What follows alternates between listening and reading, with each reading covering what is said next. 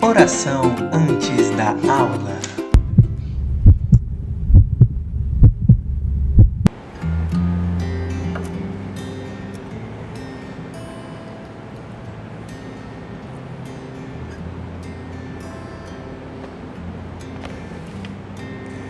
E aí, gente, tudo bem?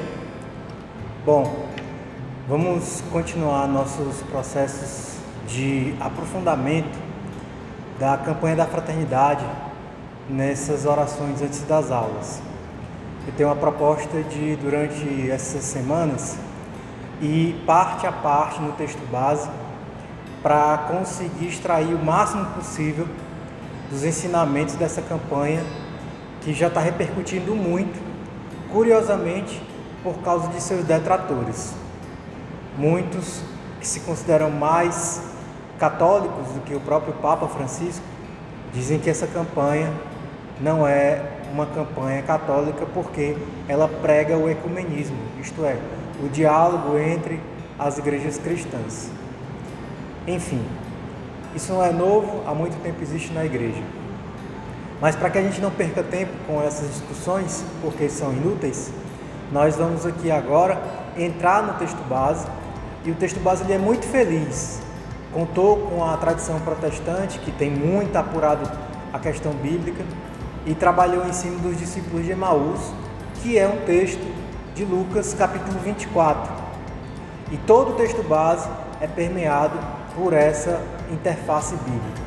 Eu vou ler hoje o texto e vou fazer os primeiros comentários de contextualização. E nos próximos dias a gente aprofunda mais em relação ao conteúdo da campanha da fraternidade. Dispostos? Dispostas? Vamos lá. Evangelho de Lucas, capítulo 24, dos versículos 13 a 35. Naquele mesmo dia, 2 deles iam em direção a uma aldeia chamada Emaús, distante cerca de 2 léguas de Jerusalém. Iam comentando tudo o que aconteceu. Enquanto conversavam e discutiam, Jesus em pessoa os alcançou e se pôs a caminhar com eles. Eles, porém, tinham os olhos incapacitados para reconhecê-lo. E perguntou-lhes: sobre o que conversais pelo caminho? Eles pararam, com semblante aflito, e um deles, chamado Cleofas, disse: és o único forasteiro em Jerusalém que desconhece o que aconteceu aí nesses dias? Perguntou: o quê? Responderam-lhe: a respeito de Jesus de Nazaré, que era um profeta poderoso em obras e palavras, diante de Deus e diante de todo o povo. Os sumos sacerdotes e nossos chefes o entregaram para que o condenassem à morte e o crucificassem. E nós, que esperávamos fosse ele o libertador de Israel, além disso, hoje é o 3º dia depois que isso aconteceu. É verdade que algumas mulheres do nosso grupo nos alarmaram, pois, indo de madrugada ao sepulcro e não encontrando o cadáver, voltaram dizendo que tiveram uma visão de anjos, dizendo que ele estava vivo. Também alguns dos nossos foram ao sepulcro e o encontraram como as mulheres haviam contado, mas não o viram. Como sois insensatos e lentos para crer em tudo que disseram os profetas? Não tinha o Messias de sofrer isso para entrar em sua glória?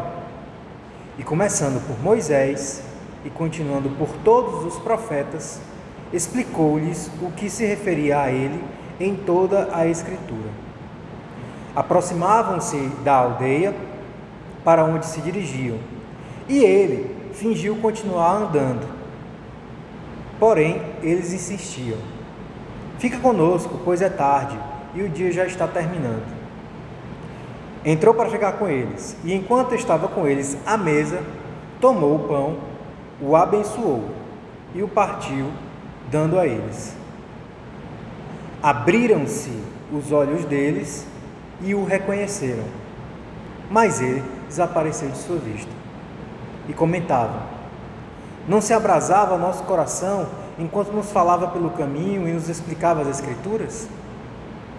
Levantaram-se imediatamente, voltaram a Jerusalém e encontraram os 11 com os outros companheiros que afirmavam: realmente o Senhor ressuscitou e apareceu a Simão. Eles, por sua vez, contaram o que acontecera no caminho e como o haviam reconhecido ao partir o pão. Palavra da salvação. Bem, esse texto ele tem algumas partes. Tem a parte do caminho e tem a parte da chegada. 2 léguas de Jerusalém a Emaús, que dá cerca de 2 horas de caminhada, 12 quilômetros.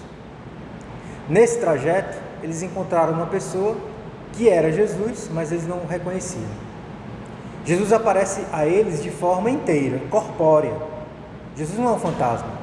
Ele aparecia concretamente, materialmente na frente deles. Conversava com eles, sentou à mesa com eles, partiu o pão com eles. Bem, hoje a gente tratou mais de conhecer o texto e de tirar algumas perspectivas de contexto dele. Amanhã a gente aprofunda com o conteúdo do texto base da campanha da fraternidade e interface com esse texto bíblico. Estivemos e sempre estaremos. Em nome do Pai, do Filho e do Espírito Santo. Amém. Oração antes da aula.